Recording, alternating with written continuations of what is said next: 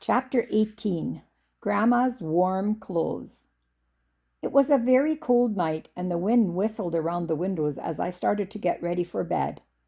"I hate to go to bed, Grandma," I said. "The sheets are going to be so cold." "Bring me your nightgown," said Grandma, "and I'll iron it for you." I brought the nightgown, and Grandma quickly ironed it. When I put it on, it felt warm and toasty, and I hurried to get in bed. "Did your mother iron your nightgown for you when you were little, Grandma?" I asked. "No, she didn't have to iron it," said Grandma. "We had a place on the back of the old wood stove in the kitchen where we warmed our clothes. It was always cold in the winter when we got up or went to bed, because our bedrooms were not heated." I snuggled into the covers and thought how lucky I was. Grandma paused before turning off my light. That stove got a little crowded sometimes," she laughed. "The boys wanted their clothes warmed too, and poor Ma had to work around a pile of shirts and socks and scarves. In fact, I almost ruined our chances for warm clothes one time." "You did, Grandma? Tell me what happened," I said. Grandma sat down in the rocker. "I woke up one morning very early," she said. "It wasn't light yet, but I could see that snow had drifted in around the window, so I knew there must be a storm and it was going to be cold going to school. I heard Pa building up the fire before he left for the barn. I knew the boys would be called in a little while, and they would rush down with their clothes to warm them and dress by the fire. After they left for their chores, Ma would call me. I decided I would get a head start on them this morning and get my clothes down to warm before they did.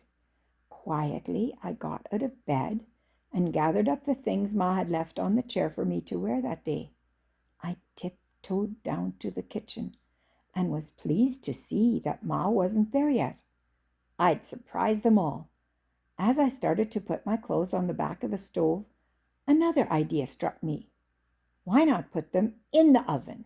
They'd heat faster and be much warmer to put on.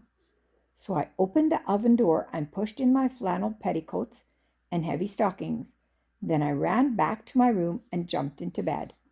A few minutes later, I heard the boys run down to the kitchen, and I listened drowsily as they talked to Ma.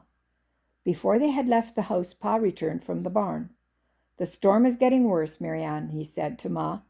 "I don't believe the children had better go to school today.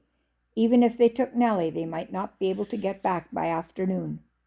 Ma agreed, and I heard the boys' excited voices as they left for the barn. "I'll just let Mabel sleep a while longer then," said Ma. "She can get up when the kitchen gets warmer."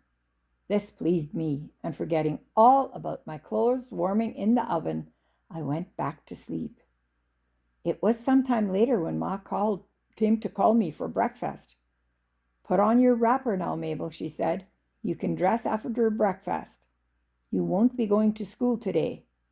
While we were eating, Reuben said, "Ma, you must be standing too close to the stove. I can smell your apron burning."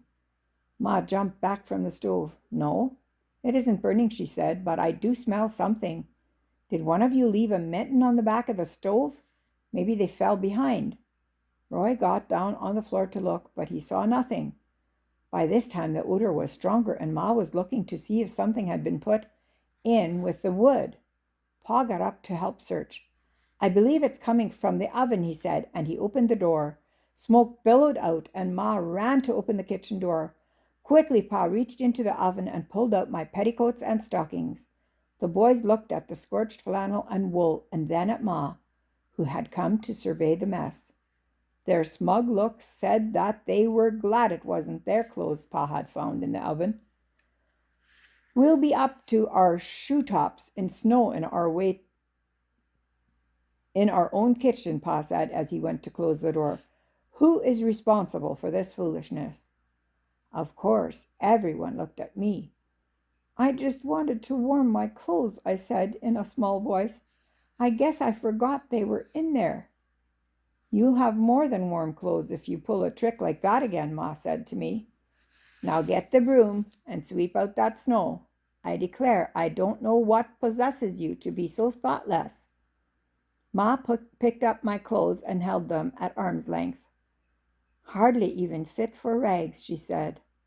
My, I hope you grow up to have a little sense. It won't be safe to let you out alone if you don't." I was properly ashamed and managed to be pretty quiet the rest of the day. Ma saw to warming my clothes from then on. Grandma laughed and turned out my light. I listened sheepishly to the wind and was thankful for a warm bed and a grandma who knew such good stories.